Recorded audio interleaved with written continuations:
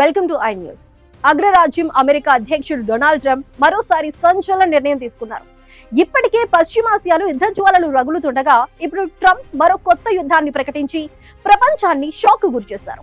అసలు ఈ యుద్ధం ఎవరిపై, దీని వెనుక ఉన్న వ్యూహం ఏంటి, ప్రపంచ దేశాలు ఈ నిర్ణయంపై ఎలా స్పందిస్తున్నాయి, ఆ వివరాలు ఇప్పుడు చూద్దాం. ట్రంప్ అంటేనే అన్ప్రెడిక్టబుల్. ఇప్పుడు ఆయన తీసుకున్న యుద్ధ నిర్ణయం ప్రపంచ దేశాల గుండెల్లో రైళ్లు పరిగెత్తిస్తుంది. అమెరికా ప్రయోజనాలకు విఘాతం కలిగించే ఏ శక్తిని కూడా ఉపేక్షించేది లేదు అంటూ ట్రంప్ మరో యుద్ధానికి గ్రీన్ సిగ్నల్ ఇచ్చేశారు.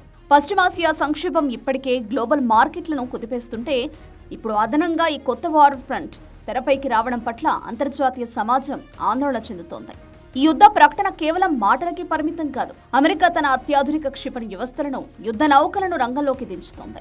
ఇప్పటికే రక్షణ విభాగంతో ట్రంప్ అత్యున్నత స్థాయి సమావేశం నిర్వహించారు. ఈ యుద్ధం ఆసియా మరియు యూరప్ దేశాల మీద తీవ్ర ప్రభావం చూపే అవకాశం ఉంది.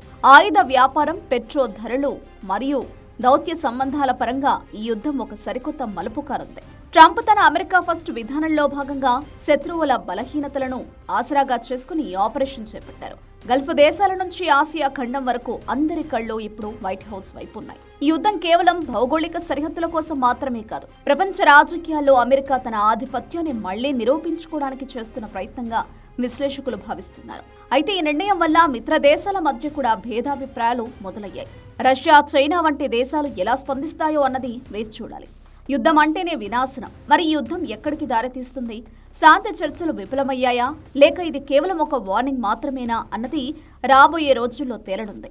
ఆసియా నుండి గల్ఫ్ వరకు ఇప్పుడు ప్రతి దేశం అప్రమత్తంగా ఉంది.